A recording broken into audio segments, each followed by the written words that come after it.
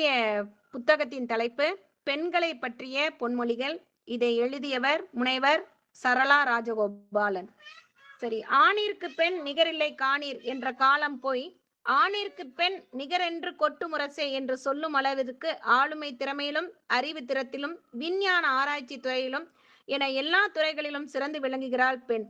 இந்நிலையை உணர்ந்து இன்றல்ல நாளை என்றே பெண்ணை போற்றியுள்ளார்கள்.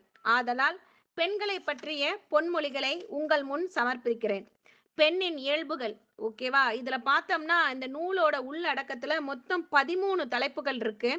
அந்த 13 தலைப்புகள் என்னென்ன அப்படின்னு பார்த்தா, முதல் தலைப்பு பெண் இயல்பு, 2வது தலைப்பு ஒரு பெண்ணும் ஒரு ஆணும் அப்படின்னு ஒரு தலைப்பு, 3வது காதலி, 4வது திருமணம், 5வது இல்லறம், 6வது மனைவி, 7வது தாய், 8 தெய்வம், 9 பெண்ணின் உயர்வு, 10 குறை குணங்கள், 11 பெண்ணடிமை, 12 பெண் உரிமை, 13 பெண் கல்வி என்று 13 தலைப்புகளை இந்த நூலானது நமக்கு உள்ளடக்கத்தை கொண்டுள்ளது.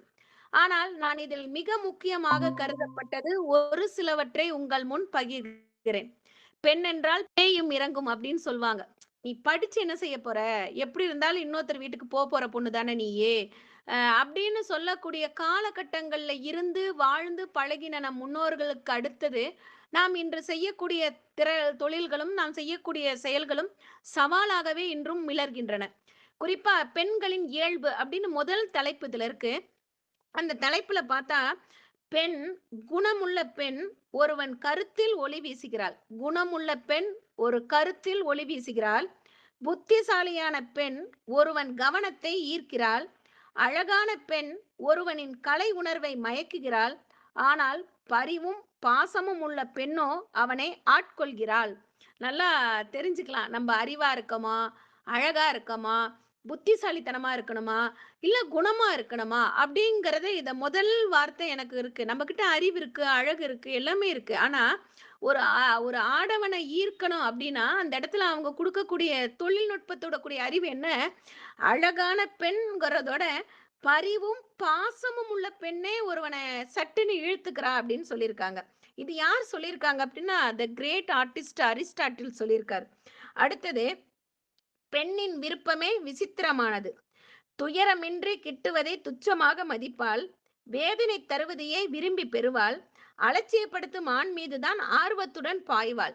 அது அலெக்சாண்டர் சொல்லியிருக்காரு. ஈஸியா கிடைச்சிட்டா அதை பத்தி கவலையப்பட மாட்டோம். ஆனா அலட்சியப்படுத்துற ஆண் மீதுதான் அவளுக்கு எப்பயுமே குறிப்பா சொல்லும் பொழுது நான் இதை எப்படி யோசிப்பேன்னா, நம்மளோட முன்னாள் சிஎம்க்கு நடந்த சட்டப்பேரவையில நடந்ததை நான் நினைச்சு பார்ப்பேன். ஒரு பெண்ணோட துணியை இழுக்கும் போதுதான் அவங்க யார் அப்படிங்கறத அந்த ஃபோர்ஸ் நான் யார் அப்படிங்கறத நிரூபிக்கிறேன் அப்படின்னு சொன்னவங்க. அப்ப அலட்சியப்படுத்தும் பொழுதுதான் அவள் தன்னை யார் என்று நிரூபிக்கிறாள் அப்படிங்கறத அழகா சொல்லியிருக்காரு அலெக்சாண்டர். அடுத்தது, பெண்களுக்கும் இசைக்கும் வயதை நிர்ணயிக்கவே கூடாது. ஒரு இசை இப்ப இளையராஜாவோட இசையை கேட்கும் போது 90s 80s 70s அப்படின்னு நம்ம இயரை போட்டாலும் அந்த இசையானது மாறாது. அந்த மாதிரி அந்த அந்த பெண்களை வந்து எதோட இங்க ஒப்பீடு கொடுத்திருக்காங்க அப்படின்னா, பெண்களையும் இசையையும் வயதை நிர்ணயிக்கவே கூடாது. அழகா சொல்லியிருக்காரு ஆலிவர் கோல்ட் ஸ்மித் அப்படிங்கிறவர். தன் மகளை விட தான் 10 வயது இளமையாக தோன்றினால் அதுவே ஒரு பொண்ணுக்கு பூரண திருப்தியாக இருக்கும். ஆஸ்கார் ஒயில்டு கொடுத்திருக்காரு. இப்பெல்லாம் பார்த்தோம்னா, நானும் என் பெரிய பையனும் சேர்ந்து போனோம்னா, உங்க தம்பி அங்க அப்படின்னு கேட்பாங்க. அப்ப பார்த்தோம்னா என் பையன் என்னை ஒரு மாதிரி பார்ப்பான். என்னம்மா அப்படின்னு. இனிமே என் கூட வராதம்மா அப்படிம்பான். அப்பதான் நான் யோசிப்பேன். நம்ப பையன் கூட நம்ம போம்போது, நம்ப பையன் நம்மளோட வளர்ந்துட்டான் போல இருக்கு அப்படின்னு. ஆனா ஆஸ்கர் ஒயில்டு அப்படியே எத்தனை நூற்றாண்டுகளுக்கு முன்னாடி எழுதியிருக்காரு. தன் மகனை விட தான் 10 வயதில் குறைவாக தெரியும் பொழுதுதான் பூரண திருப்தி. அப்ப வந்து நம்ம கிட்ட காசு, பணம், செல்வம் எதுவுமே வேண்டாம். அம்மா வந்து தங்க, அக்கா அப்படின்னு சொல்லும்போது அந்த சந்தோஷத்தை வந்து மிகையில் அடங்காது. அழகா ஆஸ்கர் வைல்டு அழகா சொல்லியிருக்காரு. பெண்கள் தாக்குதல் மூலம் தங்களை தற்காப்பு செய்து கொள்கிறார்கள். எதிர்பாராது திடீரென சரணாகதி அடைவதன் மூலம் அவர்கள் தாக்குகிறார்கள். ஆஸ்கர் வைல்டு எப்படி சொல்றாரு பாருங்க. நம்ம வந்து கராத்தே, குங்ஃபூ எல்லாம் கத்துக்கிட்டு நம்மள தற்காத்துப்போம். ஆனா அந்த பெருமாள்கிட்ட போய் சரணாகதி அடையிற மாதிரி நம்ம சரணாகதி அடைஞ்சிட்டு தாக்கிடுவோமா. எப்ப என்ன நடக்கும் அப்படிங்கறதே தெரியாது. அவரு என்னதான் அவரு நம்ம ஒரு இடத்துல கல்யாணம் ஆகி வந்தா கூட என் பையன் இப்படி இருக்கல, இப்படி இருந்ததில்ல அப்படின்னு சொல்லுவாங்க அந்த மாமியாரு. குறிப்பா அந்த காலம் போக போக தான் அதோட வேலிடிட்டியே எனக்கு புரிஞ்சுது. நான் 10 வருஷத்துக்கு முன்னாடி, 5 வருஷத்துக்கு அப்புறம் 20 வருஷம், 25 வருஷம் ஆகும்போது தான், முன்னாடி இருந்த ஒருத்தரும் 25 வருஷத்துக்கு இருக்கக்கூடிய அடாப்டேஷன் நம்ப சரி பரவால்ல அப்படின்னு சொல்லும்போது, இந்த சரணாகதி தத்துவத்த அடையும்போது தான் நம்ப நம்ப வந்து தாக்குறோம். எப்படி தாக்குறோம்? நான் இல்லன்னா அவர் இல்ல. அப்படிங்கிற அளவுக்கு நம்ம கான்செப்ட் உருவாகுறோம். ஃபர்ஸ்ட் எடுத்தோனே டிஃபென்ஸ் வைக்கிறோம். என்ன எங்க வீட்ல இப்படி இல்ல அப்படின்னு சொல்லிட்டு. ஆனா ஆஸ்கர் வைல்டு இதெல்லாம் முன்னாடியே அவங்க சொல்லிட்டாங்க. பெண்கள் தாக்குதல் மூலம் தங்களை தற்காப்பு செய்து கொள்கிறார்கள். எதிர்பாராத திடீரென சரணாகதி அடைவதன் மூலம் அவர்கள் தாக்குகிறார்கள். இது வந்து பெண்ணோட இயல்புல இது சொல்லியிருக்காரு. அடுத்தது பார்த்தோம்னா, பெண், ஆண் அப்படின்னு ஒரு தலைப்பு ஒண்ணு உங்ககிட்ட நான் சொன்னேன். அந்த பெண், ஆண் அப்படிங்கிற தலைப்புல முதல்ல இருக்கிறது என்னன்னா, பெண்ணை பொருளாகவும், ஆணை உருவக பண்பும் கொள்ளலாம். பெண்ணை பொருளாகவும், ஆணை உருவக பண்பாகவும் கொள்ளலாம். பெண் நிலைத்திருக்கும் களிமண்ணை போல அதை ஆண் தான் உருவாக்க வேண்டும். அவ்வாறு உருவாக்கப்பட்டு இசைந்து கொடுப்பவள் பெண். நம்ப அழகா சொல்லியிருக்காரு பாருங்க. ஒரு புள்ளையார் பிடிக்கணும் அப்படின்னா அந்த களிமண் தேவை. அந்த களிமண் நம்ப அத உருவாக்கக்கூடியவன் ஒரு ஆண் அப்படின்னு சொல்லிட்டு. குறிப்பா எப்படி சொல்வார்ன்னா, எங்க அப்பா வந்து என்னைய வந்து படிக்க வைக்கும்போது, "அம்மா நீ தமிழ் இலக்கியம் படிம்மா, குடும்பத்துக்கு ரொம்ப முக்கியமானது" அப்படின்னாரு. ஆ ஏன் இத படிக்க சொல்றாரு அப்படிங்கும்போது தான் நான் காலம் கடந்து கொஞ்சம் கத்துக்கிட்டேன். குறிப்பா சொல்லப் போனோம்னா, இப்ப இருக்கக்கூடிய இளம் தலைமுறை மாரி வசதியான வாய்ப்புகளோ எதுவுமே எனக்கெல்லாம் கிடைச்சது இல்ல. கிடைக்கிறதுக்கான அறிவிப்பு பலகையும் எனக்கு வந்தது கிடையாது. ஆனா, இப்ப எனக்கு இருக்கு. ஆனா, அது எனக்கு அனுபவிக்கவும் தெரியல. குறிப்பா நான் வளர்ந்த விதம் அப்படிங்கிறதுனால. ஒரு குடும்பத்துல அத்தை, மாமா, சித்தி, சித்தப்பா அப்படின்னா என்ன அப்படிங்கிறது அந்த இலக்கியம் எனக்கு சொல்லிக் குடுத்துச்சு. ஒரு தாய் சேய் உறவு என்ன? ஒரு நண்பர்களுடைய உறவு என்ன? ஒரு தோழியோட உறவு என்ன? ஒரு பாரம்பரியம்னா என்ன? ஒரு கலாச்சாரம்னா என்ன? அப்படின்னு சொல்லிட்டு அது கத்துக் குடுத்துச்சு. வாழ்க்கைக்கு தேவையானத நாம் கத்துக்கொள்வதால் நம்முடைய வாழ்க்கை மேம்படுகிறது. குறிப்பா சொல்லப் போனோம்னா, நம்ம என்னதான் ஆணுக்கு பெண் நிகர், ஆணுக்கு பெண் நிகர் அப்படின்னா, ஆணுக்கு பெண் எப்பயுமே ஒருத்தருக்கு ஒருத்தர் நிகராவே ஆக முடியாது. அவங்க அவங்களோட மாரலிட்டில இருப்பாங்க. நம்ம நம்மளோட மாரலிட்டில இருப்போம். பட் இந்த நிகர் அப்படின்னு இந்த வார்த்தையே எதுக்கு வந்தது அப்படிங்கிறது எனக்கு தெரியாது. குறிப்பா சொல்லப் போனோம்னா, நான் ட்ரிபிள் எம்.ஏ, எம்.ஃபில், எம்.எட், பி.ஹெச்.டி. ஆனா எங்க வீட்டுக்காரரு ஒரே ஒரு டிகிரி பிஎஸ்சி தான் அண்ட் எம்பிஏ. இன்னி வரைக்கும் இந்த கான்ட்ரோவர்சி வந்ததே கிடையாது. நான் இவ்வளோ படிச்சிருக்கேன், இவ்வளோ செஞ்சிருக்கேன். அவங்க அவங்களோட வேலை செய்றாங்க. நம்ம நம்மளோட வேலை செய்றோம். அந்த அட்மியர் அ இப்படி பார்த்தாலே புரிஞ்சுப்பாங்க. அதுதான் அந்த பந்தம் அப்படிங்கிறது. அந்த அந்த பந்தம் எந்த இடத்துல இருக்கோ, அது நல்லாவே இருக்கும். குறிப்பா சொல்லப் போனோம்னா, நெறைய வார்த்தைகளை சொல்லி ஒருவருக்கு புரிய வைப்பதை விட, ஒரு கண் அசைவில் ஓராயிரம் மலைகளை தள்ளுவது தான் உண்மையான காதல் அப்படிம்பாங்க. ஏன்னா நான் குறுந்தொகை எடுக்கிறவ. நீங்க காதல் பண்ணும்போது, அங்க உட்கார்ந்திருக்கிறது, நிக்கிறதெல்லாம் எவ்வளவு நேரம் ஆனாலும் கோவம் வராது. ஆனா கல்யாணத்துக்கு அப்புறம் பாருங்களேன், ஒரு நிமிஷம் தாமதமா போனா கூட, "என்ன இவ்வளவு நேரம் நிக்க வச்சுட்டீங்க?" அப்படின்னு சொல்லிட்டு நம்ம கோவப்படுவோம். அப்ப அந்த காதலிச்சால் அதே ஆள்தான். ஆனால் அது அந்த பொருள் எனக்குன்னு கிடைச்சதுக்கு அப்புறம், நான் பராமரிக்கக்கூடிய விதத்தில் நான் என்னுடைய உண்மையான அன்பை மறந்து விடுகிறேன்.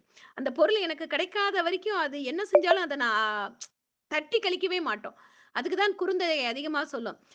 பலாயிரம் மைல்களை தாண்டி, பலாயிரம் வார்த்தைகளை தாண்டி, ஓராயிரம் கனவுகளை சுமந்து கொண்டு உன்னிடம் வரும் நான், உன்னை பார்த்தவுடன் எல்லாவற்றையும் மறந்து விடுகிறேன். உன் கண் ஜாடையில் அப்படிம்பான் அந்த தலைவன் சொல்லுவான் தலைவிகிட்ட.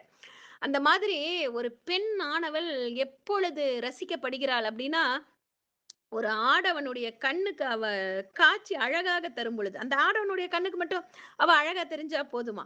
ஓராயிரம் நட்சத்திரங்கள் வானில் இருந்தாலும், ஒரு சில நட்சத்திரங்கள் ஒரு சிலர் கண்ணுக்கு அழகாக தெரிவது போல், என்னுடைய கண்ணுக்கு என்னோட மனைவி அழகுன்னு ஒருத்தன் சொல்றது தான் அழகானது அப்படின்னு சொல்லிட்டு இத கோல்ட் ஸ்மித் சொல்லியிருக்காரு. பெண்ணின் லட்சியமே ஆணின் லட்சியம். இருவரும் ஒருங்கே இருவர், இன்றி ஒருவர் வீழ்வர். 2 பேர் சேர்ந்து ஒண்ணு இருந்தோம்னா, அந்த வாழ்க்கை நல்லா இருக்கும். யாராவது ஒருத்தர் முன்ன பின்ன இருந்தா கூட அதுல ஒரு தோல்விய சந்திப்பீங்க அப்படின்னு சொல்லிட்டு ஆல்பர்ட் டென்னிசன் சொல்லியிருக்காரு. ஆண் தன் முடிவுப்படி நடப்பான். பெண் தன் மனசுப்படி நடப்பாள். நான் இத நல்லா படிச்சிருக்கேன். ஆண் தன் முடிவுப்படி நடப்பான். ஆனால் பெண் தன் மனசுப்படி நடிப்பா. ஒரு அப்பாவா, பையனா அப்படின்னு பார்த்தா, அப்பாக்கும் பேச முடியாது, பையனுக்கும் பேச முடியாது. ஆனா, அப்பாவால அப்படி இல்ல பட்டுன்னு பேசிறலாம். அப்ப அம்மா வந்து என்ன செய்வான்னா, ஒரு அரகுர மனசுலயே ஒரு காரியம் ஒண்ணு செய்வா. பையன விட்டு தர முடியாது.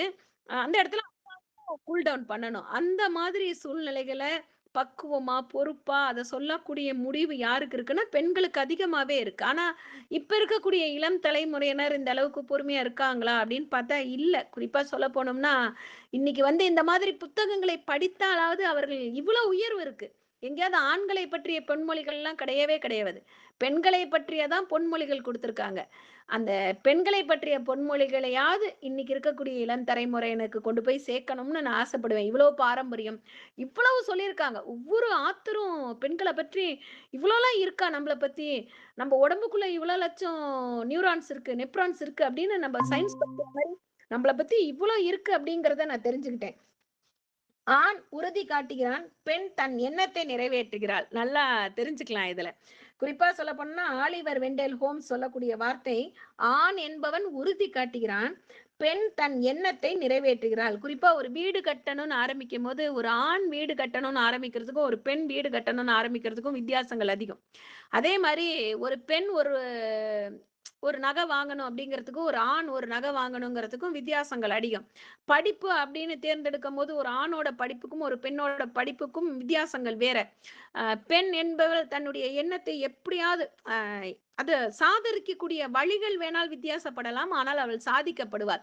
இன்னைக்கு நீங்க ரோட்ல பார்த்தீங்கன்னா, நடைபாதை கடையில பார்த்தீங்கன்னா, சராசரியா பெண்கள் அதிகமா இருப்பாங்க. நீங்க குறிப்பா சொல்ல போனோம்னா, மால்ல கூட பாருங்க, அங்க ஆண்கள் இருப்பாங்க. ஆனா நடைபாதை கடையில பெண்கள் அதிகமாக இருப்பாங்க. அவங்களுடைய தொழிலானது அவங்களுடைய எண்ணம் சம்பாதிக்கணும். அவங்களுடைய எண்ணம் முன்னேறணும். அவங்க ஐடியலா இருக்கக்கூடாதுன்னு நினைப்பாங்க. அதனால ஆண் எப்பொழுதும் உறுதி காட்டுகிறான். பெண் என்பவள் தன்னுடைய எண்ணத்திற்கு ஏற்ப வாழ்பவள் அப்படின்னு சொல்லியிருக்காங்க. அடுத்தது பார்த்தோம்னா, பெர்னாட் ஷா சொல்லக்கூடிய கருத்து, ஆண்கள் பெண்களை கைப்பற்ற வலைகள், பொறிகள், கண்ணிகள், மூடுகள் ஆகியவை உலகெங்கும் சிதறி கிடக்கின்றன. ஆ அதாவது எப்படி சொல்றது அப்படின்னா, ஆ "நீ அழகா இருக்க" அப்படின்னு சொன்னாலே சில பேர் மயங்கிருவாங்க. "உங்கள மாரி நான் யாரையுமே பார்த்ததில்ல" அப்படின்னு சொன்னா கூட அட்மையர் ஆயிருவோம். நீங்க உங்கள பார்த்தோனே உங்ககிட்ட பேசணும் போல இருக்கு அப்படின்னு சொல்லக்கூடிய ஆண்களும் இருக்காங்க. சில பேர் மயங்கிருவாங்க. உங்களுக்கு இந்த புடவ அதிகமா அழகா இருக்கு அப்படின்னு சொல்லும்போது கூட, நாங்க உங்கள மாரியெல்லாம் புத்திசாலியான பெண்ணெல்லாம் எங்க வீட்ல இல்லைன்னு சொல்லுவாங்க. இதுக்கு பெர்னாஸ் அதிகமா அழகா சொல்லியிருக்காரு பாருங்க. அ ஆண்கள் பெண்களை மயக்குவதற்காக வலைகள், பொறிகள், கண்ணிகள், மூடுகள் ஆகியவை உலகமெங்கும் சிதறி கிடக்கின்றன. இவ்வளவெல்லாம் இருக்கு. நீ மயங்காம தாண்டி செல்லணும் அப்படின்னா, உன்னோட அறிவ நீ எப்படி பயன்படுத்திக்கணுங்கிறத பாரு அப்படின்னு அழகா பெர்னாட் ஷா சொல்லியிருக்காரு. அடுத்தது, ஆண் மகன் ஏதேனும் ஒரு முகஸ்துதியால் மட்டும் வசப்படுத்தலாம். ஆனால் பெண் மகளை எந்தவித முகஸ்துதியாலும் வசப்படுத்தி விட முடியும். ஆண் மகனை ஏதேனும் ஒரு முகஸ்துதியால் மட்டுமே வசப்படுத்தலாமா. அவன ஏதோ ஒண்ணுலதான் உன்ன மாரி ஆள் இல்ல. அவன ஒண்ணுதான் சொல்ல முடியுமா. ஆனா, பெண்கள எப்படி வேணாலும் முகஸ்துதி பண்ணலாமா. நீ வச்சிருக்கிற பூ நல்லா இருக்கு, பொட்டு நல்லா இருக்கு, தோடு நல்லா இருக்கு, வளையல் நல்லா இருக்கு, நீ பேசுறது நல்லா இருக்கு, நிக்கிறது நல்லா இருக்கு, நீ போறது நல்லா இருக்கு. எப்படி வேணாலும் உன்னை முகஸ்துதி பண்ணலாம் அப்படின்னு சொல்லிட்டு யார் சொல்லியிருக்காங்க அப்படின்னா, லார்டு செஸ்டர்ஃபீல்ட் சொல்லியிருக்காரு. இப்ப 2வது தலைப்பு பார்த்தாச்சு. 3வது தலைப்பு நான் உங்கள் முன்னாடி கொண்டு போய் வைக்கிறது என்ன தலைப்புனா, எல்லாருக்குமே பிடித்த தலைப்பாகவும் இருக்கும். குறிப்பாக இன்றைய காலகட்டத்தில் பரவலாக இருக்கக்கூடிய தலைப்பு என்னன்னா, காதல். காதல்னு மட்டும் தான் நம்ம சொல்லியிருக்கோம். ஆனா அதுல காதலனுக்கு கொடுக்கக்கூடிய மரியாதையே இந்த புத்தகமானது காதலிக்கு கொடுத்திருக்கு. இன்றைய தலைப்பில் மிக முக்கிய தலைப்பாக நான் எடுத்துக்கொண்டது காதலி. பெண்கள் பெரும்பாலும் ஆடவரை விரும்பி நேசிப்பதில்லை. அவர்கள் ஒரு மனிதரை தேர்ந்தெடுப்பது அவனிடம் காதல் கொண்டன்று. அவன் தங்களை காதலிப்பது மகிழ்ச்சியாக இருப்பதனால்தான் உலகப் பொருட்கள் அனைத்திலும் அவர்கள் அன்பை தான் அதிகமாக காதலிக்கிறார்கள். ஆட்கள் என்று தனியாக அவர்கள் விரும்பக்கூடியவர்கள் சிலரே இருப்பார் அப்படின்னு அல்போன்சா சொல்லியிருக்கார். பெண்கள் ரோஜா மொக்கு. நந்தவனத்தில் அவள் ராணி.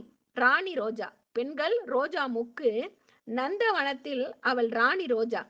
ஆண்களிடத்தில் உள்ள குற்றம் குறைகளுக்காக பெண்கள் அவர்களை காதலிக்கிறார்கள். நல்லா தெரிஞ்சுக்கணும். ஒருத்தி போய் காதலிக்கிறா அப்படின்னா, அவங்கிட்ட ஏதோ ஒரு குற்றம் குறை ரெக்டிஃபைடு எப்பயுமே சொல்றது இந்த கணக்குல எல்லாம் சொல்லுவாங்க. இந்த ஃபார்முலா பேஸ்டு இதோட ரூட் காஸ் எப்படி வந்துச்சு அப்படின்னு சொல்லிட்டு, அந்த எந்த இடத்துல குற்றம் குறை இருக்கோ அந்த குற்றம் குறையை தீர்ப்பவள் தான் காதலி அப்படின்னு சொல்லிட்டேன். ஏதோ பொழுது போல காதலிக்கிறாங்க, டைம் பாஸ்க்கு காதலிக்கிறாங்க, ஏதோ தேவைகளுக்காக காதலிக்கிறார்கள், இந்த வயசுல இதெல்லாம் வரும் அப்படின்னு சொல்லிட்டு இன்றைய தலைமுறையினர்கிட்ட நம்ம பார்க்கக்கூடிய கருத்துக்கள் எல்லாம் முற்றிலும் ஒழிக்கப்பட்டு இந்த புத்தகத்தில் இருக்கக்கூடிய கருத்துக்களை மட்டும் நம்ம எடுத்துக்கொண்டால், ஒரு ஆடவனிடத்தில் இருக்கக்கூடிய குற்றம் குறைகளை தீர்ப்பதற்காக ஒரு பெண்ணானவள் காதலிக்கிறாள். ஆனா அந்த இடத்துல அந்த காதலனை பத்தி இந்த நூலானது சொல்லவே இல்லை. அடுத்தது, தனியாக உள்ள பெண்ணிடம் நீ 6 தடவை பேசினால் திருமண ஆடைகளை தனியாக வைத்துக் கொள்ளலாம் பைரன் சொல்லியிருக்கு. தனியாக உள்ள பெண்ணிடம் நீ 6 தடவை பேசினால் போதுமா, திருமண ஆடைகளை தனியாக வைத்துக் கொள்ளலாம். ஆணின் வாழ்க்கையில் காதல் ஒரு பகுதிதான், ஆனால் பெண்ணின் வாழ்க்கையில் அதுவே முழுமையாகும். பைரனுடைய வாக்குகள் பாருங்க. இன்னொரு இடத்துல கூட நான் ஒரு வார்த்தைகள் படிச்சேன். ஒரு ஆண் மகன் யாரிடம் வேண்டுமானாலும் தனது இச்சைகளை தீர்த்து கொள்வான்.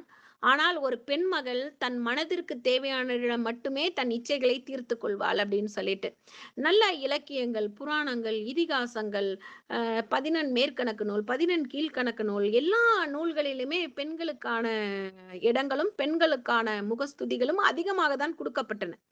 ஆனால் இன்றைய நவநாகரிக யுகத்தில் இந்த பெண்கள் தங்களுடைய தேவைகளை தவறாக தேர்ந்தெடுத்ததோட விளைவு, ஆடை கட்டுப்பாடு இன்றி அரைகுறை ஆடைகளில் மேல்நாட்டு மோகம், இதனால் தன்னுடைய பேர்களை என்ன செஞ்சுக்கிறாங்க அப்படின்னு பார்த்தோம்னா, தனக்குத்தானே எப்படி சொல்றதுன்னா, இதெல்லாம் செஞ்சாதான் சுதந்திரம், நான் பாருக்கு போறது தான் சுதந்திரம், நான் ட்ரிங்க்ஸ் பண்றது தான் சுதந்திரம், நான் வந்து நீ ஈக்குவாலிட்டி, நீ இதை செஞ்சா நானும் இதை செய்வேன், இப்படியெல்லாம் எந்த இடத்துலையும் புஸ்தகங்களிலோ புராணங்களிலோ இதிகாசங்களிலோ எந்த இடத்துலையும் சொல்லவே இல்லை. நீ இந்த வேலை செஞ்சா மட்டும், நீ இந்த வேலை செஞ்சா உயர்வு அப்படின்னு சொல்லிட்டு.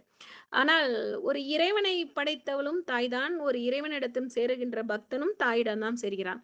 ஆனால் ஒரு இறைநிலையில் வைக்கப்பட்ட நாம் இன்று, குறிப்பாக நான் இந்த புத்தகத்தை படித்து முடிச்சவுடன் நேற்றோ முந்தானாலோ இந்த சென்னையில பார்ல நடந்த கொலையை பார்த்து கொஞ்சம் அதிர்ச்சியா தான் போனேன். குறிப்பா 17 வயது பெண், அது சின்ன குழந்தை, 18 வயசு வரைக்கும் சின்ன குழந்தைங்க தான்.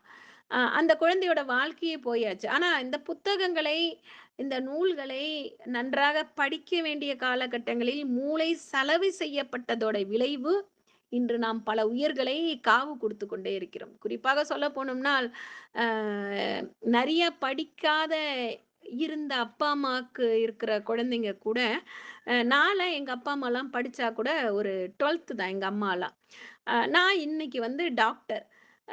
ஆனா இந்த காலத்துல அந்த எஜுகேட்டட் பேரண்ட்ஸோட குழந்தைங்க எப்படி இருக்காங்க அப்படின்னா, த பேசிக் மேனர்ஸ் அப்படிங்கிறதுல கொஞ்சம் தடம் பிறழ்றாங்க அப்படிங்கிறது ஒரு வருந்தத்தக்க நிகழ்வாக உள்ளது. குறிப்பா பெண்களை ஈவ் டீசிங் அப்படின்னு சொல்லக்கூடிய காலத்துல பெண்களை பற்றிய பொன்மொழிகள் அப்படிங்கிற புஸ்தகத்தை நம்ம இன்னைக்கு கொடுக்குறோம் அப்படின்னா, அதுல எவ்வளவு ஒரு பாசிட்டிவான வைப்ஸ் இன்னைக்கு இருக்கு. அப்ப இந்த புத்தகங்களை நாம் தேடி படிக்க வைக்கவில்லையா, இந்த புத்தகங்களை அவர்கள் கண்ணில் பார்வைக்கு நாம் வைக்கவில்லையா, அப்படிங்கிற ஒரு கேள்விக்குறிக்கு நான் இப்ப வந்திருக்கேன். குறிப்பா இந்த வருடத்துல என்னுடைய மாணவ செல்வங்களுக்கு இந்த புத்தகங்களில் இருக்கக்கூடிய முக்கியமான வரிகளை நான் எழுதி பிரிண்ட் எடுத்து அந்தந்த கார்னர்ல ஒட்டணும்னு வச்சிருக்கேன். ஏன்னா இன்று குறிப்பா பள்ளியும் பள்ளி சார்ந்த இடங்களில் பாலினம் பாகுபாடு இன்றி பழக வேண்டும். குறிப்பாக ஒரு மாணவ செல்வங்கள் வயதில் பெண் என்பவள் ஒரு ஆக்க சக்தியாக திகழ வேண்டும் என்ற நோக்கில் தான் நான் இதை உறுதிமொழியாக எடுத்துக்கொண்டுள்ளேன். அதுல காதலி அப்படிங்கிற தலைப்புல அழகா அடுத்தது என்ன சொல்லியிருக்காரு அப்படின்னு பார்த்தா, காதலர்களுக்கு உலகம் தூங்குகிறது, கள்ளர்களுக்கு உலகம் விழித்திருக்கிறது, டேவிட் ஹியூம் சொல்லியிருக்காரு. குறிப்பா சொல்ல வேண்டிய கருத்துக்கள், பெண் ஒருத்தி தனக்கு பிள்ளைகள் பிறக்கும் வரை காதல் என்றால் என்னவென்றே அறிவதில்லை, அழகா சொல்லியிருக்காரு ஃப்ராய்டு. காதலிச்சோம் ஆனா என்னன்னு தெரியாது. ஆனா நமக்குன்னு ஒரு குழந்தை வந்த பிறகு அவன் சாப்பிட்டானா, தூங்கினானா, விளையாடினானா, என்ன செய்யறான், ஏது செய்யறான், நம்மளுடைய நினைவலைகள் முழுக்கும் அந்த குழந்தைகளை சுற்றி சுற்றியே திரிந்து கொண்டிருக்கும். திருமணத்திற்கு அடுத்தபடி ஒரு பெண் விரும்புவது காதலில் அவ்வப்போது சிறு சிறு தடைகளை சந்திப்பது. ஜான் ஆன்ஸ்டின் கொடுத்திருக்காரு. ஒரு மங்கையின் கற்பனை வெகு வேகமானது. போற்றுதலில் இருந்து காதலுக்கும், காதலில் இருந்து கல்யாணத்துக்கும் ஒரு கணத்தில் அது தாவும். குறிப்பா உண்மையாலுமே இந்த புஸ்தகம் எழுதும் பொழுதெல்லாம் அவர்கள் காதலித்தார்களா, இல்லை மற்றவர்களை சார்ந்து வாழ்ந்தார்களா? இல்லை காதல் பயணங்களில் ஏதாவது உதவினார்களா? அப்படின்னு இந்த புஸ்தகத்த படிக்கும் போதெல்லாம் எனக்கு தோணும். ஏன்னா, காதல் அப்படிங்கிறது ஒரு மென்மையானது. அது யாரிடம் வரும்? எப்ப வரும்? எப்படி வரும்? ஏன் வரும்? அப்படின்லாம் சொல்லவே முடியாது. அ நல்லா இருக்கிற பெண்ணுக்கும், "என்ன பொண்ணு நல்லா இருக்கு, பையன் நல்லா இல்ல" அப்படின்னு சொல்லக்கூடிய முறைகளும் இருக்கு. அ அந்த காதலுக்கு கண் இல்லை அப்படிங்கிறது உண்மதான். இந்த புஸ்தகத்த நான் படிச்சதுலருந்தே, இவங்க காதலிச்சிருக்காங்களா? இல்ல காதலித்தவர்களுக்கு உதவி செய்திருக்கார்களா? இல்லை காதலை பற்றி யாருடன் பரிமாற்றம் செய்துள்ளார்களா? என்று நான் ரசிச்சு, பிரமிச்சு படித்த புத்தகம் இது. அ "பெண் ஏற்கின்ற காதலே அவள் கதியே அவளுக்கு நிர்ணயிக்கிறது." John Eliot. இந்த புஸ்தகத்த நான் படிக்கும் பொழுது என்னுடைய வயது 17. அ எ அதாவது என்னுடைய பேச்சு போட்டிக்கு என்னுடைய தமிழ் ஆசிரியை எனக்கு கொடுத்த புஸ்தகம். எனக்கு சொல்லுவாங்க, "பன்னி கூட பருவத்தில நல்லா இருக்கும் வித்யா" அப்படின்னு சொல்லிட்டு. குறிப்பா ஏன்னா நான் இருபாலர் பயிலும் பள்ளியில படிச்சதுனால, என் ஆசிரியர் என் பேச்சு போட்டிக்காக குடுத்து 17 வயதில் சேகரித்த என்னுடைய புத்தகம், இன்று இந்த புத்தகத்திற்கான வயது குறிப்பா சொல்லப்போனோம்னா 30 ஆண்டுகள் ஆயிருச்சு. ஆனாலும் 30 ஆண்டுகளுக்கு அப்புறம் இந்த புஸ்தகத்த நான் படிச்சாலும், எனக்கு அந்த 17 வயதில் நான் என்ன படிச்சேனோ, அதோட அர்த்தங்கள், அதோட வீரியங்கள் இன்று வித்தியாசமாக தெரிகிறது. இந்த புத்தகத்தை நான் அன்று படிக்கும் பொழுது எனக்கு அவ்வளவாக புரிதல் இல்லை. ஆனால் காலங்கள் ஓடி 30 வருடத்திற்கு அப்புறம் இந்த புத்தகங்களை நான் படிக்கும் பொழுதுதான் என் ஆசிரியை என் மீது கொண்ட பற்றின் காரணமாக என் நெறிமுறைகளுக்கு உட்பட்டு நான் வாழ வேண்டும். என் மகளானவள் என்றும் ஒளிமயமாக இருக்க வேண்டும் என்று ஒரு புத்தகத்தை அன்பளிப்பு கொடுத்ததோட விளைவு நான் இன்று ஒரு ஆசிரியராக இன்று பணியில் அமர்ந்துள்ளேன். அதனால் பெண்களை பற்றிய பொன்மொழிகள் அப்படிங்கிறது இந்த புஸ்தகத்துல அடிக்கடி நிறையா இருக்கு. குறிப்பா இந்த இணையங்களின் வாயிலாக இன்று நேரமின்மையின் காரணமாக நான் இத்துடன் என்னுடைய உரையை முடித்துக் கொள்கிறேன். கூடிய விரைவில் இதே புத்தகத்தில் அடுத்த பாகங்களை உங்களுடன் தொடர்வதற்கு நான் விருப்பப்படுகிறேன். ஏனால் இன்று எங்கு சென்றாலும் அ ஒரு ஒரு ஒரு பெண் என்பவள் ஒரு போதைப் பொருளாகவோ, ஒரு இச்ச பொருளாகவோ அந்த பொருள்களிலிருந்து தன்னை மாறுபட்டவளாக காமித்துக் கொள்வதற்கு நமக்கு நிறைய வழிமுறைகள் தெரிந்திருந்தாலும், ஒரு சில ஆசிரியர்களுடைய கோட் அது ஒரு சில ஆசிரியர்களுடைய பொன்மொழிகள் நமக்கு தேவைப்படுகிறது. அதனால இந்த புத்தகத்தில் உள்ளதே என்னால் முடிந்த அளவு நான் கற்றதை